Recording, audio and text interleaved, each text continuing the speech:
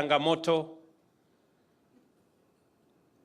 ugonjwa ambao ulileta maafa na matatizo mengi, sio Kenya, sio bara letu, lakini dunia nzima. Tukawa pia na changamoto ya mambo ya drought, kukosekana kwa mvua ikaleta matatizo makubwa. Tukawa pia na shida ya ukosefu wa usalama sehemu nyingi ya dunia hii, Ukraine, Russia, hapa DRC, kule South Sudan, majirani zetu hapa Somalia. Lakini Mungu ametunusuru na ametufikisha mwisho wa mwaka wa 2022. Tunamshukuru Mungu jameni kwa sababu ametufikisha hapa. Mbali na zile changamoto zote, God has made it possible for us to see the dying moments of the year 2022 as a people, as a nation, and I want to thank God for each and every Kenyan that today we are celebrating this evening the few moments of the year 2022. Vile vile tulikuwa na mtihani mkubwa wa uchaguzi katika taifa letu la Kenya. Na nasimama hapa mbele yenu kwa heshima kubwa kuwashukuru wa Kenya wale wote tulienda katika uchaguzi, tukachagua ma-MCA, tukachagua wabunge, maseneta, governor, na mimi pia nikabahatika mkanichagua kama rais pamoja na deputy wangu. Nasimama hapa mbele yenu kusema asante sana. Asante sana kwa kutupa nafasi mimi na wenzangu tuliochaguliwa na wao katika nyadhifa mbalimbali, na kuahidi ya kwamba mimi kama rais nitaungana na viongozi wenzangu, ma-MCA, wabunge, maseneta, magavana, ili tushughulike na mipango ya maendeleo ya taifa letu la Kenya. And I want to commit myself, as I did, that we are going to work together with all leaders elected at all levels so that we can focus on the development, the progress, and the prosperity of our nation together as leaders. Najua ya kwamba wachache wetu, mbali na kuwa na mirengo tofauti tofauti ya kisiasa ambayo ni kawaida ya demokrasia, wachache wetu walijaribu kutugawanya kwa mirengo ama kwa sehemu za ukabila. Mimi namshukuru Mungu ya kwamba wale waliojaribu kutugawanya kama vikundi ya kikabila hawakufaulu. Na nawashukuru Wakenya wote kwa sababu walikataa, walikemea, na sote pamoja tukashinda njama za ukabila katika taifa letu la Kenya. Na tukawa na uchaguzi ambao ulikuwa na mambo mawili ya muhimu. Ya kwanza, tulikuwa na uchaguzi ambao ulizima mambo ya ukabila katika taifa letu la Kenya. Na jambo la pili, tukawa na uchaguzi ambao ulikuwa ni historia kwamba tulikuwa na uchaguzi wa amani katika taifa letu la Kenya. Na kwa msingi huo wa kuunganisha Wakenya na kuondoa ukabila katika siasa zetu, na katika msingi wa kuweka amani katika taifa letu la Kenya, mimi nataka niwaambie Wakenya huo msingi, mimi na wenzangu hawa ambao wamechaguliwa pamoja na mimi katika sehemu mbalimbali, tutajenga juu ya hiyo msingi kuhakikisha ya kwamba sote tunaungana kama taifa na tayari nimewaambia wale wote wanaofanya kazi pamoja na mimi, kutoka assistant chief mpaka regional commissioner, askari wetu wote, nimewaambia ya kwamba katika taifa letu la Kenya tuko na viongozi ambao wako katika upande wa serikali, tuko na viongozi ambao wako katika upinzani, lakini hawa wote ni watumishi wa wananchi wa taifa letu la Kenya. Na nimewaambia ya kwamba lazima kila kiongozi aheshimiwe mahali amechaguliwa. Kila mmoja wetu tujue ya kwamba hakuna wananchi wa upinzani na wa serikali. Wananchi wote ni wananchi wa taifa moja, taifa la Kenya. Na sisi kama viongozi tulio upande wa serikali na tulio upande wa upinzani, sote ni wafanyikazi wa wananchi wa taifa letu la Kenya. Na waomba viongozi wote katika safari hiyo tujue ya kwamba sote tunawatumikia wananchi wa taifa letu la Kenya.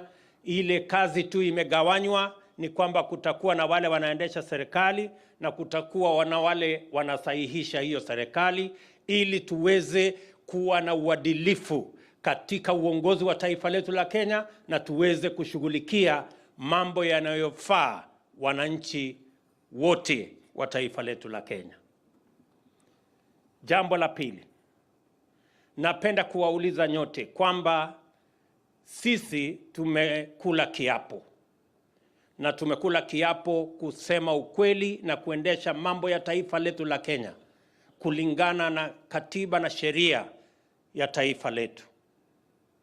Na kwa sababu hiyo kuna maamuzi ambayo ni lazima tuyafanye, maamuzi ambayo kwa kawaida pengine sio maamuzi ambayo ni popular katika ile ambayo inasemekana. And I want to say this very categorically, that as president and as leaders, we are going to make the decisions that are necessary for us to make progress as a nation. When I came in the office, I had to make difficult decisions about our economy because we were not doing well, and we need to change the foundation of our economy. I found that there were decisions that were made for political expediency for that time because we had an election. And the decisions about some subsidies in unga, subsidies in fuel, subsidies in electricity, that were not informed by the science of our economy, but were informed by the expediency of the political moment that existed at that time. We've had to do away with those subsidies because otherwise they would cost our economy big time. We would be spending close to 25 billion shillings every month to subsidize some of the projects or programs that were set out. We did away with those subsidies in August, and I am happy that we have saved our economy huge amounts of money. And we are now well on the way to making sure that we invest in the areas that will drive our economy in a sustainable manner.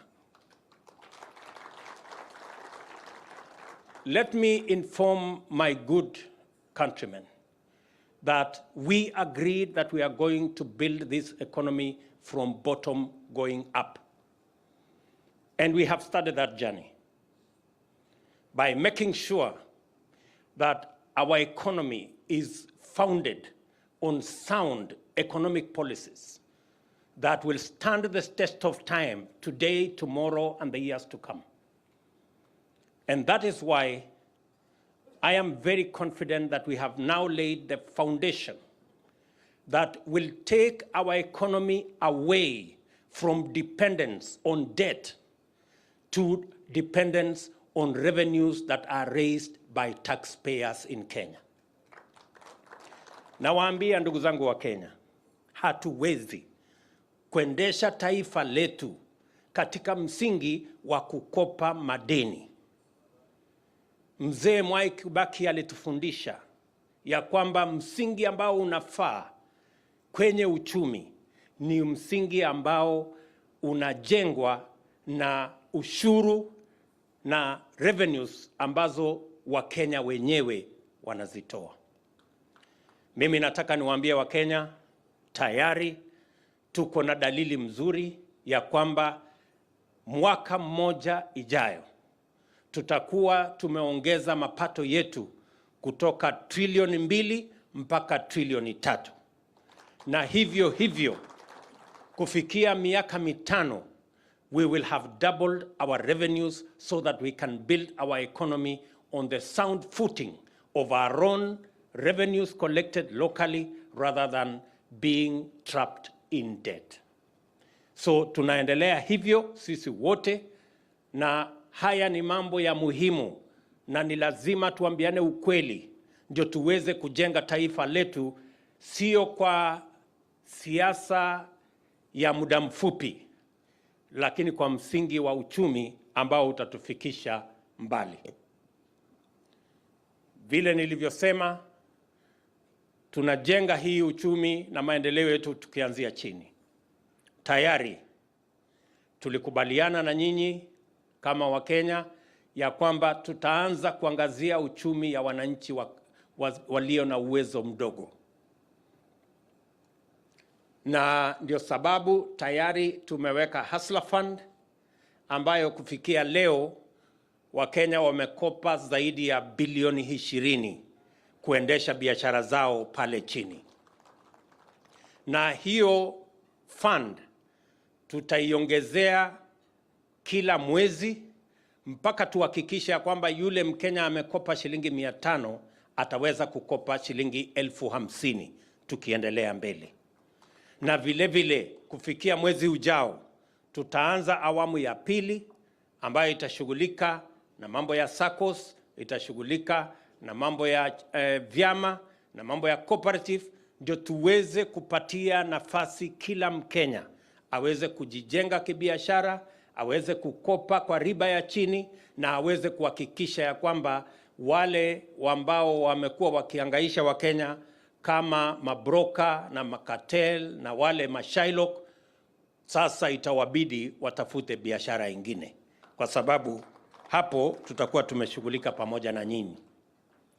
Vile nimekubaliana na magavana ya kwamba Wakenya wengi wanaoishi katika vitongoji duni ambayo inaitwa slums na sehemu zingine informal settlements, tumekubaliana ya kwamba every year tutajenga nyumba 200,000. Na tayari nimekubaliana na gavana wa Mombasa ya kwamba program ya nyumba 10,000 za Mombasa tuanze kuipangia. Tayari inajengwa saa hizi nyumba 40,000. Tutaanzisha zingine mapema mwaka huu. Nitakuwa Nakuru, nitakuwa Bungoma, nitakuwa kule Homa Bay, nitakuwa hapa Mombasa na sehemu zingine za Kenya, kuhakikisha ya kwamba tunawapa nafasi wa Kenya ambao wako na mapato ya chini kuweza kuwa na nyumba ya shilingi 5,000, shilingi 10,000, alipe sio rent lakini alipe mortgage, ili baada ya miaka 15, miaka 20 nyumba pia awe ndio mwenye nyumba ni yake. Vile tumekubaliana ya kwamba mambo ya kuteremusha ama kushusha gharama ya maisha ni lazima tushughulikie mambo ya chakula. Wananchi wengi wananiuliza maswali kuhusu mambo ya chakula, na ni vizuri ni ajibu yale maswali. Ya kwanza ni kwamba njia mwafaka, the permanent solution towards matters of reducing our cost of food is not subsidy. It is to support our farmers to produce more food. Na ndio tumekubaliana ya kwamba mwaka huu tayari katika hapa Mombasa tuko na tani 200,000 ya mbolea ambayo itasaidia wakulima wetu kuanzia mwezi ujao.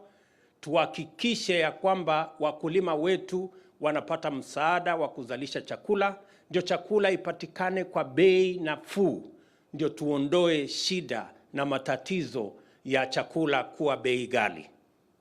Nambari ya pili, tumekubaliana ya kwamba tutatumia ardhi ya serikali ama mashamba ya corporations ya serikali, Agricultural Development Corporation, Agricultural Finance Corporation, NYS, prisons,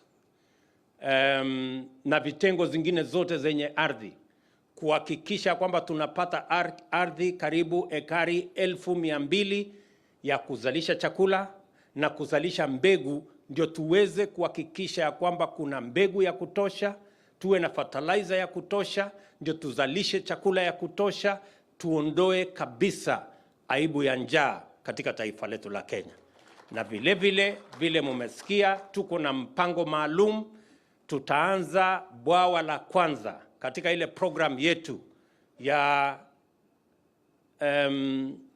private public partnership kuanzia mwezi wa 3 mwaka huu, ili tuweze kujenga mabwawa 100 za kwanza na 500 baadaye, kuhakikisha kwamba tunatega maji ya kutosha, tuna harvest maji ya kutosha, ndio tuweze kushughulika na matatizo ya maji ya matumizi nyumbani, maji ya mifugo zetu, na maji pia itatumika na wanyama, na vile maji itakayotumika na irrigation, tuweze kuzalisha chakula, tuweze kupeleka taifa letu mahali ambapo hatutakuwa na matatizo ya njaa.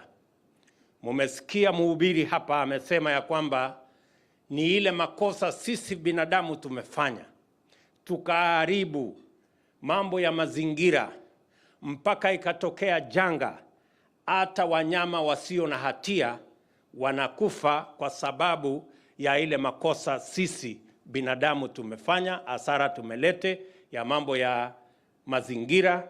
Na ndio mimi nakubaliana na governor wa hapa Mombasa, nimekubaliana na yeye vile amesema ya kwamba hapa Mombasa akiajiri mtu mmoja, nitamuajiria mtu mwingine mmoja. Akiajiri watu 1000, nitaajiri watu wengine 1000, waweze kusaidiana kusafisha Mombasa na vile kuweka hali ya mazingira hapa Mombasa. Hapa Mombasa peke yake ni vizuri tuweze kuweka miche ama miti zaidi ya milioni 10 hapa Mombasa Island, ndio tuhakikisha kwamba hii Mombasa Island inakaa vile inapaswa, so that we can have the environment in Mombasa to change. And I want to assure the governor of Mombasa, a very hard-working young man, my good brother, that we are going to work together, as I will work with other governors, to make sure that matters environment are not matters political, they are matters life and death. Let me also say that because our human capital is the biggest asset we have as a nation, utendakazi ya Wakenya inajulikana, ni maarufu kila mahali. Nimeenda nchi nyingi na nchi hizo zote wanatambua utendakazi na bidii ya Wakenya kazini. Na ili tuweze kuhakikisha ya kwamba we sharpen that human capital, ndio sababu tumesema ni vizuri turekebishe mambo yetu ya masomo. Tumeweka task force ya kushughulika na mambo ya masomo, masomo ya primary, masomo ya secondary, masomo ya TVET, masomo ya university, na ningependa kuwatangazia Wakenya ya kwamba hiyo transition, we will make sure that that transition works in the best interest of ensuring that we have the best and the most qualified human capital that is going to work anywhere in Kenya and work anywhere in the world. It is our intention to build a world-class human capital using our education system.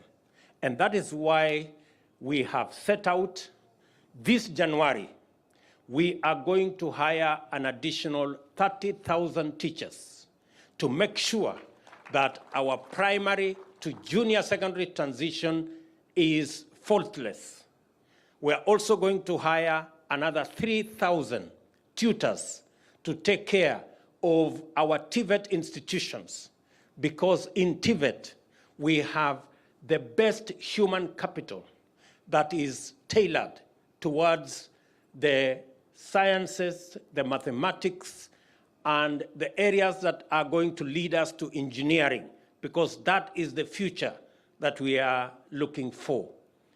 Apart from hiring teachers for our junior, for our primary and junior secondary, we're going to hire also, as I have said, 3,000 teachers or tutors for our TVET institutions. We're going to equip another 70 TVET institutions.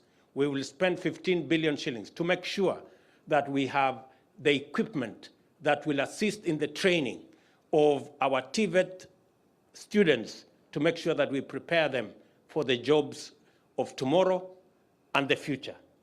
I also want to give our assurance that from the Presidential Task Force, we're also going to sort out the challenges our universities are facing. We know many universities are facing serious debts because of the expanded nature of the program. We're going to focus on ensuring that our universities also are given attention so that they can teach quality courses and ensure that the students get the best attention that a university is supposed to give. Let me also conclude by saying the following, that we did commit that we are going to transform our industrialization, manufacturing, agro-processing, value addition trajectory.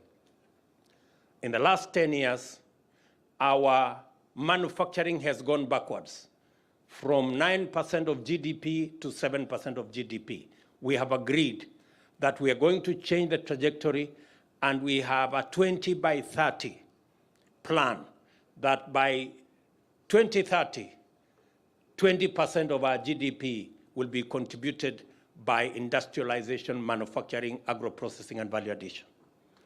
And along that line, Mombasa, Naivasha, and at the river will be the epicenter of our program on ensuring that our special economic zones contribute to our manufacturing endeavor.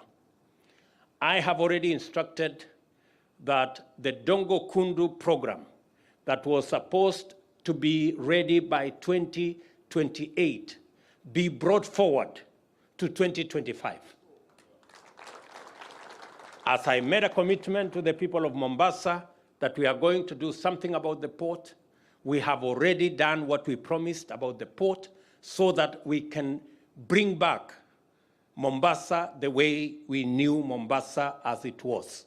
And I want to promise the people of this great county that we are going to work with you to make sure that we unlock the huge potential for manufacturing, for agro-processing, for our tea, for our coffee, and all the areas that are necessary so that Mombasa and the special economic status it enjoys gives us the benefit of employment and of value addition for all our agro-processing. I also want to commit that the industrial city in Naivasha is going to be the epicenter for all our production in leather, in textile, and in all the other areas so that we can make the best use of the SGR and make sure that it gives us the benefit it is supposed to give. Mimi nataka niwahakikishie ya kwamba wakati tunaelekea hiyo safari, sote tutakuwa tumeungana, sote tutakuwa tunafanya hiyo kazi tukishirikiana, na mimi nataka muelewe ya kwamba hiyo safari haiwezi kutekelezwa na wachache. Haiwezi kutekelezwa na mtu mmoja. Itabidi zote tuungane, na ndio sababu na wauliza viongozi wote. na wauliza ndugu zetu walio katika bunge, mtoe mchango wenu katika bunge. Wale walio katika Senate wafanye na hivyo. Magovernors wenzangu ambao wanafanya kazi kama governors wafanye sehemu yao, na sisi kama serikali ya kitaifa tutashirikiana pamoja na wote tuhakikishe ya kwamba tunawaunganisha Wakenya. Mimi nataka niwahakikishie vile vile ya kwamba ndugu zetu walio katika upinzani, mimi ninafurahi ya kwamba leo tuko na ndugu zetu ambao wanashughulika na kazi ya upinzani. Hiyo ni kazi ya muhimu kwa sababu inaweka serikali iliyoko katika mahali ambapo wanajua wanafanya kazi na wananchi wanahitaji kujua kazi yao imefika wapi.